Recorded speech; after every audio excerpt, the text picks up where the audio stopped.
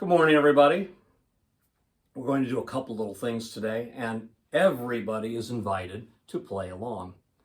It's like a game show. Just like a game show. There you go. And here's part one.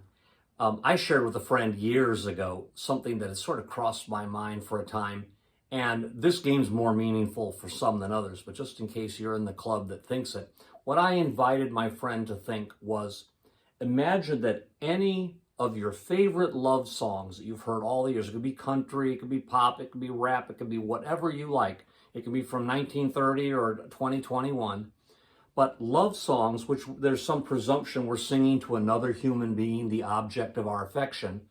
But to imagine instead, what if that text, what if those lyrics were sung to God? And in some cases, what people discover is that their very favorite song, from I Want to Hold Your Hand to a Drake number, actually has a spiritual component that might be of value to their spiritual practice, to their prayer life. And we'll notice that some songs, this works better than others, and that's all part of the fun of it. When you're driving down the highway, you've got a lot of time on your hands. Next time you turn on the radio and you listen to a love song, say, would this text work even if it were sung to God? I think you're going to discover, actually, there's a lot of adoration and beautiful expression of love that's as and sometimes even more appropriate to God than it is to another human being. It's a real fun game to play, I think. Are you willing to play along, Father Rick? Oh yeah, I love this. It puts me in mind of, if you ever seen the movie Sister Act with Whoopi Goldberg, there's this scene where she gets all of these nuns singing a song, and what they do is they take that old, I think it's a Supremes number, My Guy, and they turn it into My God. Nothing you can say could make me turn away from my God.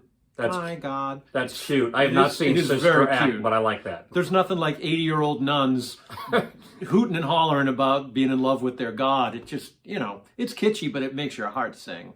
So yeah, that let's play. Right on topic, though. Right on topic. And they discovered that a lot of those lines, exactly. I'm sure, worked perfectly. Exactly. I shared with Rick that one song, I don't even think it was a number one hit, but it was a hit of some significance.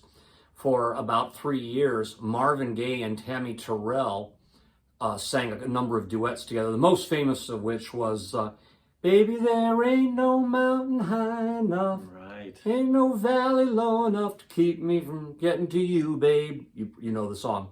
But they had another hit that wasn't quite as popular, certainly didn't sell as many records. Well, let's just stop there. That one works really well, doesn't it? It's no mountain high enough to keep me away from you.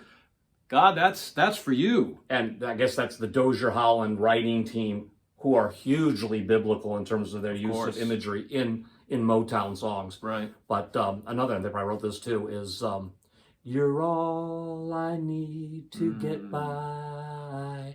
And of course, Tammy and Marvin, two of the greatest singers ever to live. Yes.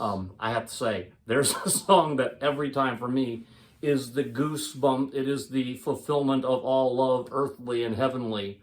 And it's just a thing of beauty that it's a song that especially works for this exercise for me. And you've heard it recently, because I noticed this last year as we were in the run-up to Christmas, the major retailers have even stopped doing any type of Christmas music at all. They've gone to 50s and 60s music. And that particular song, I think it was Amazon, has taken that, and that was their theme song running up to Christmas. You're all I need to get by, and then it had popped the Amazon box on your desk. I'm not a great big TV watcher, but a little bit at the LVAC, and I think that if it wasn't Amazon, it was Walmart. It was one of the two. Yeah. And frankly, from my perspective, they're interchangeable. They have a lot in common. Yeah, they do. They do. That's a topic for another live stream. Yeah. So what do you think? How does that work for you? How do you take your favorite love song and bring God into it, and maybe hear it in a different way? And I guess the second part of this is, what about one of your favorite songs, instead of it being you to God, what if it's God to you? What song is God singing to you when you hear it? And the one that we talked about, that his friend and mentor had always loved was a wonderful Leanne Womack song called I Hope You Dance. If you know that song, the words just really fit well as sort of a prayer from God to you. I hope you still feel small when you stand beside the ocean. Whenever one door closes, I hope one more opens. And if you get the chance to sit it out or dance, I hope you dance. That does sound like God, doesn't it? It sure does. It sure Well, that's does. some good songwriting right there. That is some really good songwriting. About as good as it gets. Yeah. So it could be country, it can be pop, it could be rock, it could be anything. It's just a way of expressing love from you to God or from God to you. Try it. You know, give it a shot. See how that works, and let us know. There's a comment section in this video. We'd love to know how this works for you, and also what song you chose. Yeah. Because we're both music people. We would enjoy that very much. Absolutely. All right. Enjoy your singing and praying, brothers and sisters.